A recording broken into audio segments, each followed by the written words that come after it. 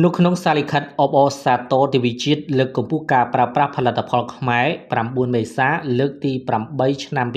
2025ក្រោមប្រធានបទប្រើប្រាស់ផលិតផលខ្មែរគឺមោទនភាពជាតិខ្មែរសម្ដេចមហាបវរធិបតីហ៊ុនម៉ាណែតនាយករដ្ឋមន្ត្រីនៃកម្ពុជាបានផ្ដល់អនុសាសន៍4ចំណុចដល់ភាគីពាក់ព័ន្ធក្នុងការជំរុញយកចិត្តទុកដាក់លើកកម្ពស់និងបំផុសចលនាដាំដុះចិញ្ចឹមសត្វផលិតកែច្នៃផលិតផលខ្មែរដើម្បីជំរុញការអភិវឌ្ឍផលិតផលក្នុងស្រុកនិងការពង្រីកទីផ្សារជូនផលិតករប្រកបដោយប្រសិទ្ធភាពអនុសាសន៍សំខាន់ៗទាំងនេះរួមមានទី1គ្រប់ក្រសួងស្ថាប័នពាក់ព័ន្ធទាំងអស់ត្រូវបន្តយកចិត្តទុកដាក់រួមចំណែកលើកកម្ពស់ជំរុញនិងបំផុសចលនាដាំដុះចិញ្ចឹមសត្វផលិតកែច្នៃ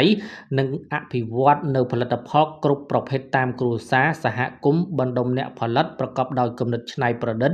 និងរស់រវើកជាពិសេសការកែច្នៃផលិតផលកសិកម្មជាមូលដ្ឋានទៅជាម្ហូបអាហារវត្ថុសិល្បៈឬរបស់ប្រើប្រាស់ផ្សេងៗសម្រាប់ផ្គត់ផ្គង់ទីផ្សារទាំងក្នុងនិងក្រៅប្រទេស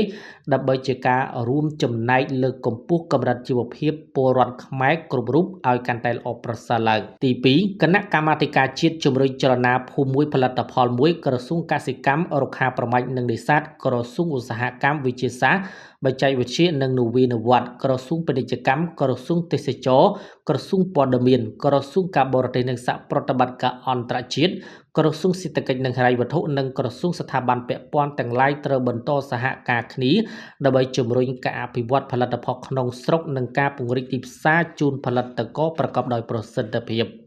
ទី3គណៈកម្មាធិការជំរុញចលនាភូមិមួយផលិតផលមួយរាជធានីខេត្តទូទាំងប្រទេសត្រូវបន្តខិតខំ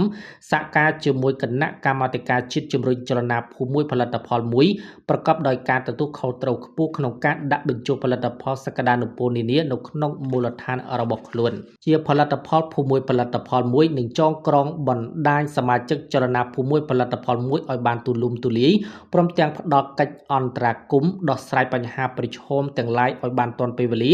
និងប្រកបដោយប្រសិទ្ធភាពខ្ពស់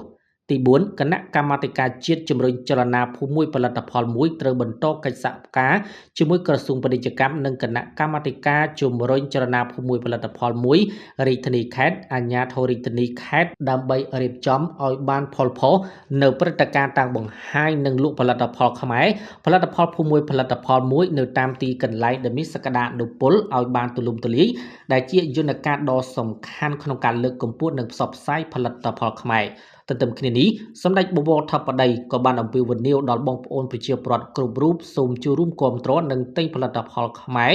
យកទៅប្រើប្រាស់ប្រកបដោយស្មារតីជាតិនិយមនិងបណ្ដុះមនសិការខ្មែរស្រឡាញ់ខ្មែរប្រើប្រាស់ផលិតផលខ្មែរជាមោទនភាពជាតិខ្មែរដើម្បីរួមចំណែកធ្វើឲ្យផលិតកម្មក្នុងស្រុកបន្ត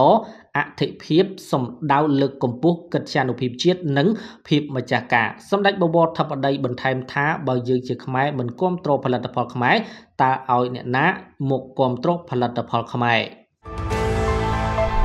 កុំនៅស្ទាក់ស្ទើរអីទៀតតម្លៃកាន់តែពិសេសសម្រាប់ប្រអប់ Sky One TV តម្លៃត្រឹមតែ